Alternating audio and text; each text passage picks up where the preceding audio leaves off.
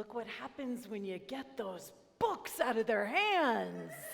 Woo! Let's give them some more love, please.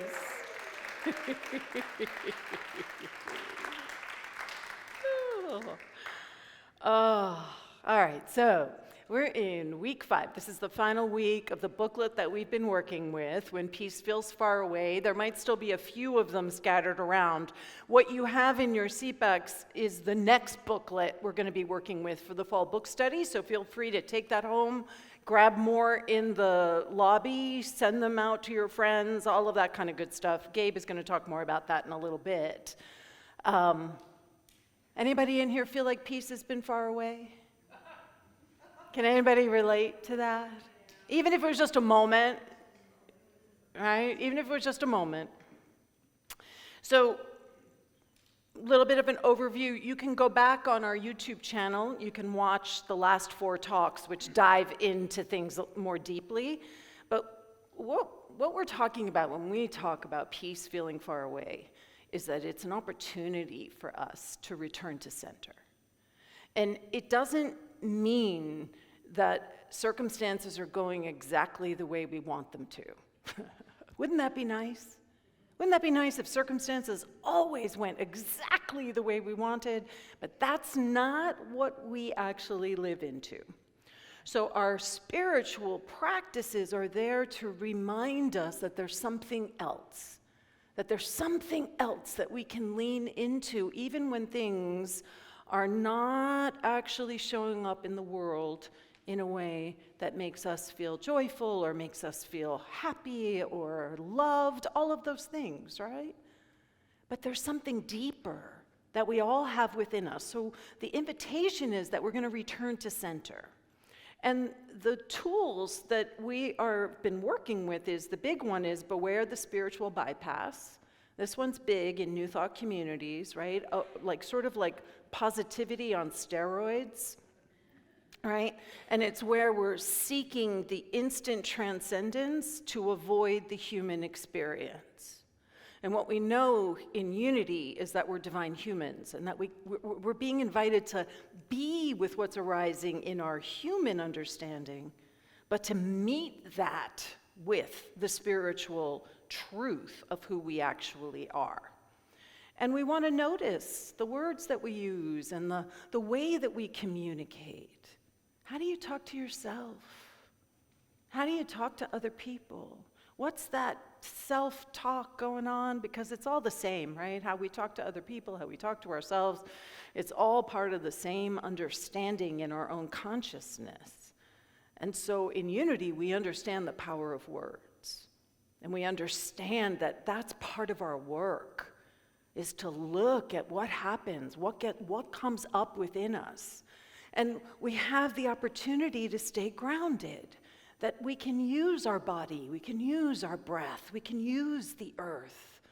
Just because we're having a spiritual understanding does not mean that we avoid or dismiss the material things that are here to ground us and to support us. And I spent a lot of time talking about get the facts, right? Because all too often we are operating from an opinion, and we are declaring that our opinion is a fact. And the easiest example of that, well, the one that comes up all the time, right, is someone cuts you off on the freeway. That's a fact. That person is the biggest idiot on the face of the planet. Don't they know how to drive? That is an opinion. And it may feel like it's a fact, but it's actually not. All right? It's actually not. And so we have to be curious. We have to be curious about what's going on around us. We have to be able to ask questions. We want to listen more than we speak. Ooh, that's one that I keep coming back to again and again and again, right? And we really want to work on discerning fact from opinion. Like, that's an incredible practice to be in all the time. And from that discernment, then we can begin to set goals for ourselves. We can begin to take, okay, if this is actually a fact, then how do I want to move through the world? How do I want to show up in this world? And then last week we talked about opening up to greater self-awareness, right? Knowing more about yourself. I know that a lot of us in here have done a tremendous amount of work for decades. Anybody in here feel like that? Like, I've been doing this a long time. Just know that we're actually never done. That there's always more for us to understand about ourselves. There's always that blind spot that we have about how we are, who we are, what we do in the world. And so I love this quote that self-knowledge opens the gate to greater self-awareness, which moves you toward the magic of self-mastery. So we need to be integrating all of those pieces within us, right? So the 5 weeks sort of become these sort of 5 pieces. Feel what's real, steady and ground, listen and be curious, open to greater self-awareness, and what we're going to cover today, trust, love, stand for love, right? So what I've done is excerpted some of the quotes from this week. This idea that we're both a lighthouse and a broadcast station, right? And that love is the highest and most powerful frequency that you can send, that you can be, that you can own as you. So the question that I'm just going to invite you into is, what frequency are you broadcasting? Carla, can you help them out over there with the AC? Because we don't want to mess with the settings. So, what frequency are you broadcasting? I get it. Has anybody in here had a bad day? Where you're angry and you're frustrated and you're annoyed? And have you ever noticed that when you're having days like that, you tend to have more of a day like that? That it kind of snowballs so that no matter what is happening in your world, you're vibrating at this. Just turn it off. Carla, just turn it off. It's like a little mini conference over there around the air conditioning. What frequency are you actually broadcasting from, right? And that's just something to pay attention to. What throws you off center? What shifts that frequency for you? Pay attention to it. That's that area of self-knowledge, of self-awareness. Oh, that constantly throws me off center. Maybe I need to do a little work around that. Because the whole point of what we understand in Unity is that the world is not there to make your life difficult. Right? The world is not there to complicate your life. It feels like that sometimes, though, doesn't it? But that's not the point. The point is for us to be love. The point is for us to show up and to bring more joy and more light into this world. And the challenge is that all of our growth is catalyzed by discomfort. Can anybody in here attest to that? Right? Discomfort moves us forward. Because otherwise we just sit around, we get stationary. We're like, okay. You know the meh syndrome? Meh. It's all meh. Right? We here in Unity understand that there's always something more for us to discover. That we're being called into the greatest of who and what we are. And we don't get to sit back and rest on our laurels.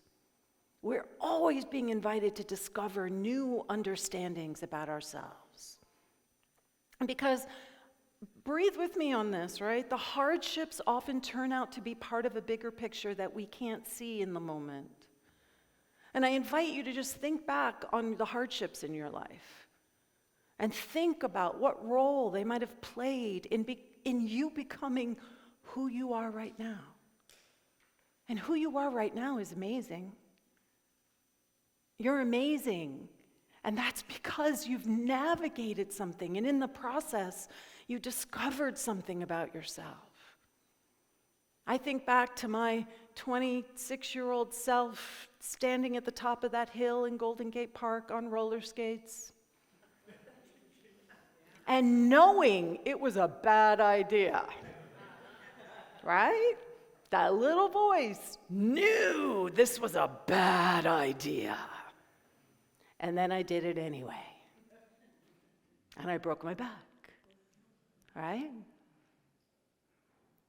That hardship, and I've said this before, as much as that it has been a hardship, and the chronic pain, and the years of chronic pain, and I wouldn't actually change that. Everyone breathe with me.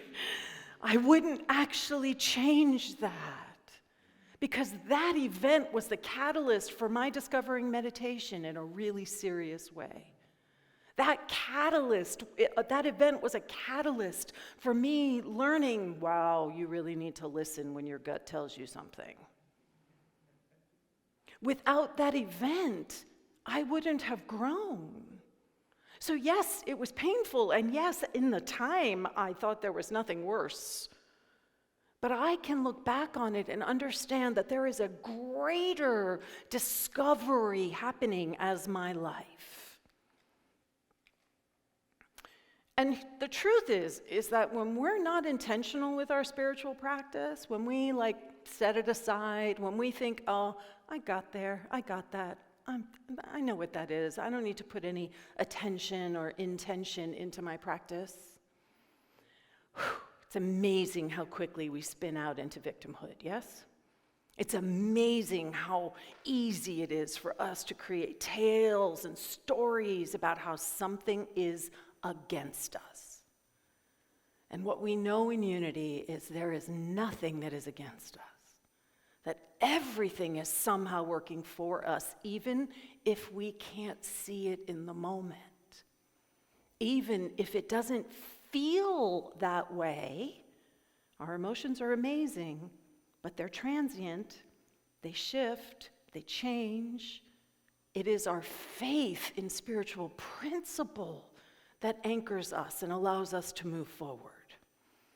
And I want to highlight this because there's a lot in these 2 chapters on looking for the good and seeing the good, and it's a very classic sort of unity understanding. It's very alive right now, but I want to offer an alternative, and there is no pressure on this. If the idea of looking for the good works for you, keep it. I personally struggled with that, right? I don't know if I could look back on breaking my back and saying, that was good. I can't honestly say that. Personally, and what we know in unity is we don't try to pretend that something isn't when it is. But what I can say is there was goodness that arose out of that experience.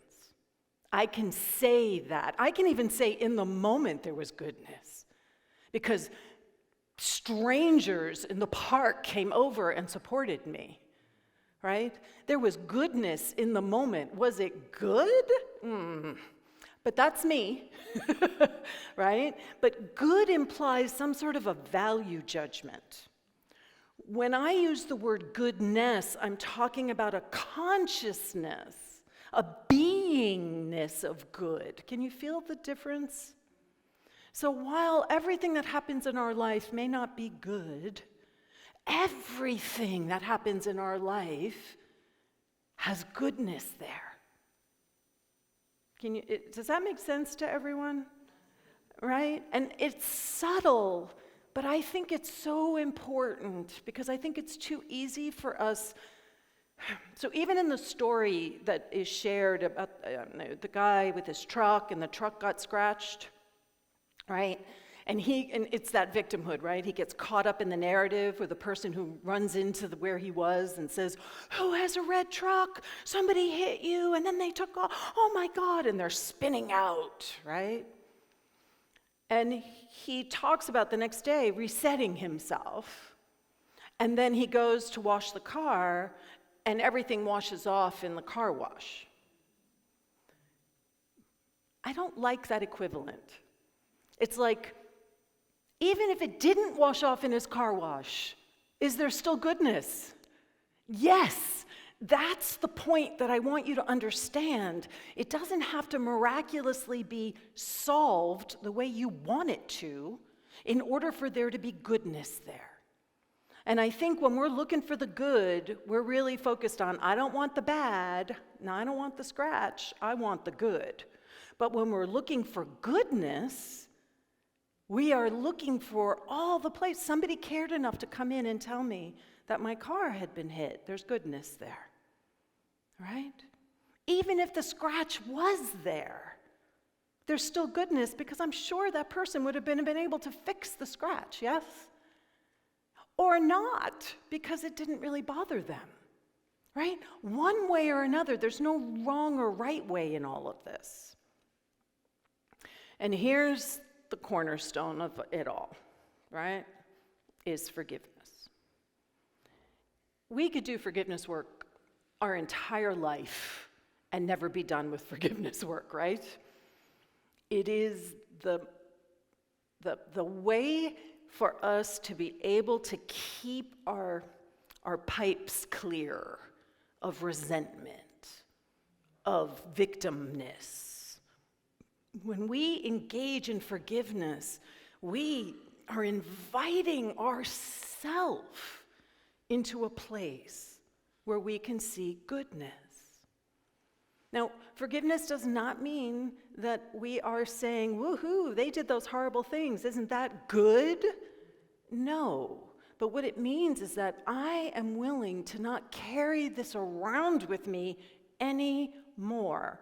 Edwin Gaines used to say, resentment is like drinking poison and expecting the other person to die, right? Because you are the one who is living in the experience that you're having. So what if we actually allow love? What if we allow love? What if we allow it to unlock our heart? What if we see that love unlocking the hearts of those who knowingly or unknowingly caused harm? What if we're that avatar on this planet? Does this planet need that? This is part of what our yes is that we're being invited to take a stand for love. And it's really hard to take a stand for love if you're filled with resentment about what somebody did or didn't do. Emma Curtis Hopkins, who is like, I love Emma, right? She's known as the teacher's teacher. She taught all of the founders of all the different New Thought movements. Emma Curtis Hopkins was their teacher, starting with Charles and Myrtle and going all the way up through Ernest Holmes, right? All people will change when you know that they are love, for all is love. There is nothing in the universe but love. What if that was our mantra? What if that's what we came back to again and again and again? How would you be able to show up for yourself, but also how would you be able to show up for the world? Can you unlock the love that you are? Because you're the only one who has the key. Right? Nothing outside is going to do that for you. You are the one who has to unlock yourself from the prison of your resentments, of your anger, of your victimhood, of your not enoughness, of your unworth. I mean, the list, right? We all have the list. So here's this beautiful poem from Rumi. Inside this new love, die. Your way begins on the other side. Become the sky. Take an axe to the prison wall. Escape. Walk out like someone suddenly born into color. Do it now. This is what it means to anchor peace in the midst of whatever is arising. Because we know that we are creating our own prison. We do it with our stories and our meaning making. We do it with how we allow the world to tell us who we are rather than us telling the world who we are, what the world is. Feel what's real. Steady and ground yourself. Listen and be curious. Open up to the greater self-awareness. Acknowledge you don't know all you need to know about yourself. And trust love. Stand for love. This is the practice that we are invited into again and again and again. And especially when peace feels far away, right? Especially when peace feels far away. So the practice this week, practice just seeing and being love. Notice those places where you're getting, and then like, okay, what if I was love right now? Hold the high frequency of love for yourself and for the world. Notice where you're spiraling into that lower vibration. Abraham Hicks, they talk about like your emotions have a vibrational frequency. We want to meet whatever that emotional frequency is with the frequency of love, which isn't an emotion. It's a constant. Practice forgiveness for those who have done harm to you, either knowingly or unknowingly. Practice self-forgiveness for those you have harmed, whether knowingly or unknowingly. And take this week and look back on your past challenges. Look at those places that felt uncomfortable, that were, what goodness arose from them? Can you requalify that experience so that it's not something you were a victim of, but that it's part of your larger spiritual unfolding? And what goodness might be emerging for you and the world right now? Because it is. Goodness is always available to us. It is always accessible to us. So let's take this into our time of meditation. As we breathe into that space, that place, that is wholeness, that is light, that is love, resting, whatever might have gotten stirred up for you.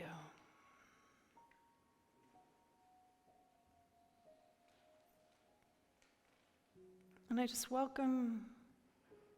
invite you to welcome that space where you are standing as love, whatever that feels like for you, whatever that looks like for you.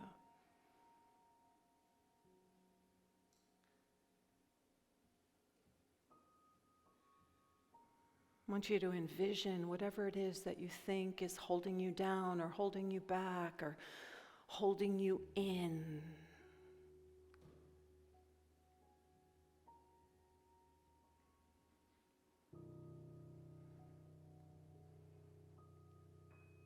And as you anchor the love that you actually are,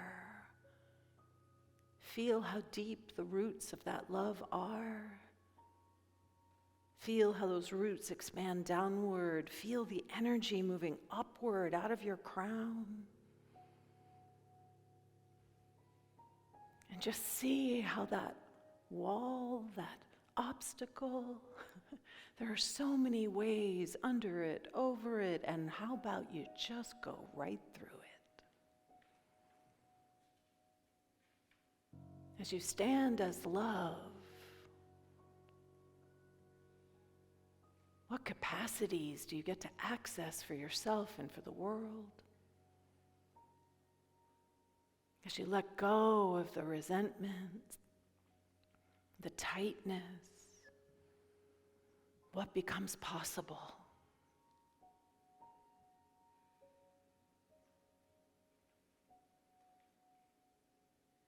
So we're going to rest here, just listening, discerning, anchoring, being for a few minutes together in the silence.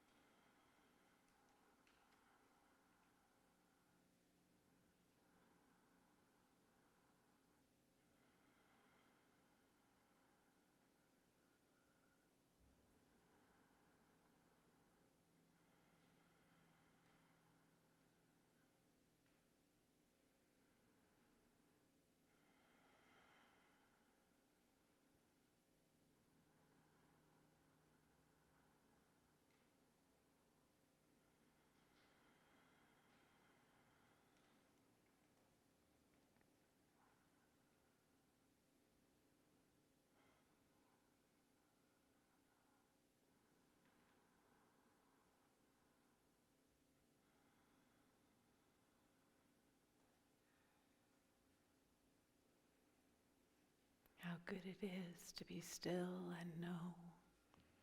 I invite you to see yourself as that radiant lighthouse and broadcasting the high vibration of love within you and around you. I invite you to see that love just dissolving any of the obstacles, the challenges, the stories. And envision yourself stepping free from the prison of our own making into the full color that is love and light and joy. And gratitude for this and so much more, for the opportunity to practice and to anchor and to be the place of transformation and love on this planet. I am so grateful. Knowing that this continues to burble forth through the coming week, I invite you to know that it is activated as your life right now by saying, and so it is. Amen. Ashe.